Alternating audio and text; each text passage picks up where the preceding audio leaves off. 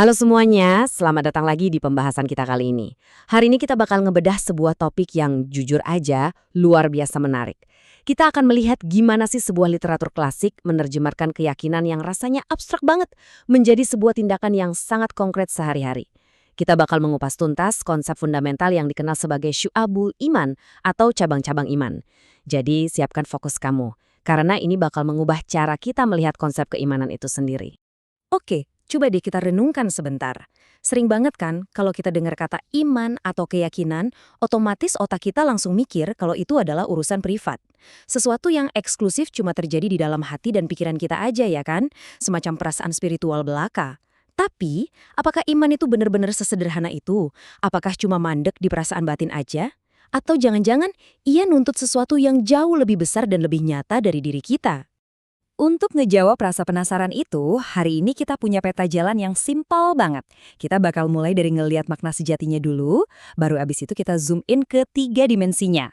Mulai dari hati, lisan, sampai ke tindakan. Terus di akhir kita bakal lihat gimana wujud aplikasinya di kehidupan kita sehari-hari. Nah, biar nggak bingung, kita langsung aja masuk ke poin yang pertama, makna sejati dari syu'abul iman. Kalau diterjemahkan secara harfiah, syu'abul iman itu artinya cabang-cabang iman. Bayangin deh, iman itu ibarat sebuah pohon raksasa yang kokoh banget. Pohon kan nggak mungkin bisa hidup tanpa akar yang tertanam kuat di bawah tanah ya. Nah, akar itu adalah keyakinan di dalam hati kita. Tapi pohon juga nggak cuma berhenti di akar. Dia tumbuh ke atas, punya batang yang kelihatan kokoh. Ini ibarat ucapan lisan kita, dan ujungnya dia ngeluarin ranting, daun, sampai buah yang bisa dinikmatin sama lingkungan sekitarnya. Buah inilah tindakan fisik kita. Jadi iman yang sejati itu benar-benar gabungan sempurna dari ketiga elemen tadi. Semuanya harus ada. Dan tahu nggak, perumpamaan pohon tadi itu bukan sekedar karangan bebas loh. Konsep ini punya akar yang sangat kuat dari hadis riwayat Ibnu Majah dari Ali bin Abi Thalib. Di situ ditegaskan banget kalau iman itu adalah kesatuan dari tambatan hati, ucapan lisan, dan perwujudan perbuatan.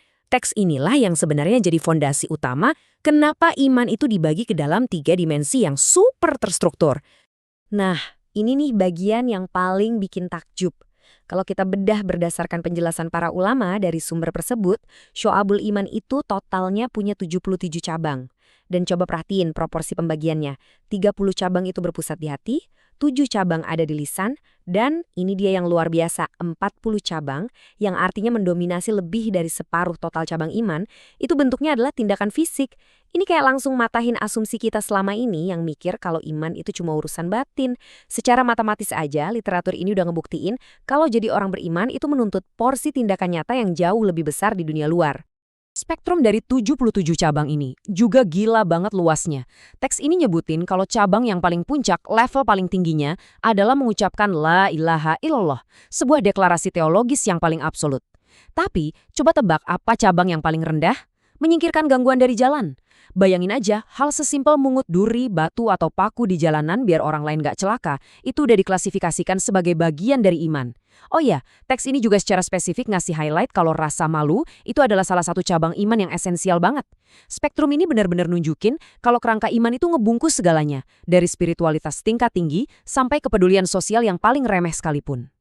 Oke, sekarang mari kita mulai masuk ke dimensi yang pertama, fondasi terdalamnya, keyakinan hati. Dalam bahasa aslinya, ini disebut tashdiku bil kalbi atau ma'rifatun bil kalbi. Gampangnya gini, ini tuh keyakinan mutlak yang nancep dalam banget di batin kita. Ini adalah titik nolnya, titik start di mana semuanya bermula. Kalau akarnya ini nggak kuat, kerangka teks ini negasin kalau semua ucapan dan tindakan kita di luar sana itu cuma bakal jadi kosmetik aja, cuma topeng. Dan rincian dari literatur ini sukses mengilustrasikan betapa dinamis dan kompleksnya batin manusia itu. Dari 30 cabang yang ada di dimensi ini aja, kita ketemu hal-hal kayak ikhlas, tawakal atau berserah diri, zuhud, rasa malu, terus berharap kepada Allah, taubat, sampai menjaga kehormatan diri. Jadi benar-benar bukan sekedar perasaan pasif yang diam aja ya. Ini tuh sikap batin yang proaktif yang harus terus-terusan kita latih setiap hari di ruang privat kita. Dari hati, iman ini kemudian bergerak keluar menuju dimensi yang kedua, yaitu ucapan lisan. Tahap ini disebut iqrarun bil lisan. Momen di mana keyakinan yang tadinya tersembunyi di batin akhirnya dideklarasikan dan diwujudkan lewat kata-kata.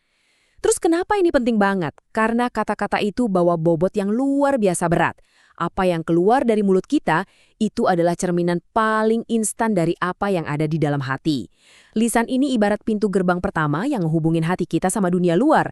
Menariknya, dimensi lisan ini cuma punya 7 cabang. Paling sedikit dibanding 2 yang lain. Tapi dampaknya supermasif. Beberapa contohnya itu kayak bersyukur atas nikmat, dan yang nggak kalah krusial, memelihara lisan. Ini artinya kita harus nahan diri dari ngomongin hal yang sia-sia, keburukan, atau hal yang bisa nyakitin orang lain.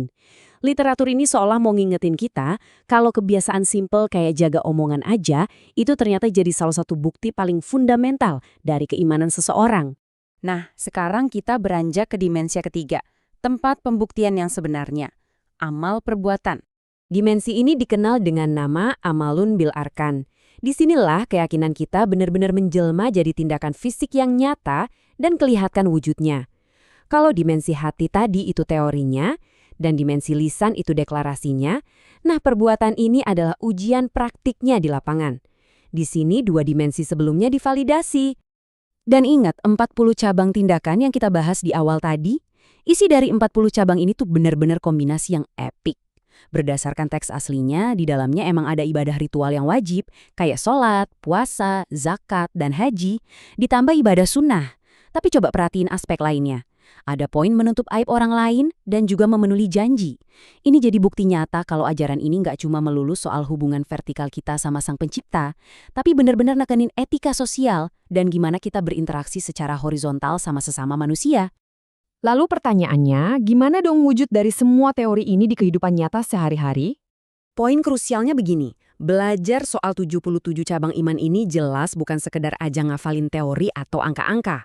Literatur ini justru ngasih kita semacam blueprint atau cetak biru untuk ngebangun karakter yang kokoh. Menurut teks ini, ketika ketiga dimensi tadi, hati yang yakin, lisan yang terjaga dan perbuatan yang baik, bisa berjalan selaras, hasil alaminya itu luar biasa. Kita bakal ngeliat munculnya kedisiplinan tingkat tinggi, kejujuran yang gak gampang goyah, dan rasa tanggung jawab yang penuh apapun profesi atau aktivitas yang lagi kita jalanin. Dan pada akhirnya, semua ini ngebawa kita ke satu refleksi yang sangat mendalam. Punya iman, kalau merujuk pada kerangka ini, adalah sebuah perjalanan seumur hidup untuk pelan-pelan nyempurnain ke 77 cabang tadi.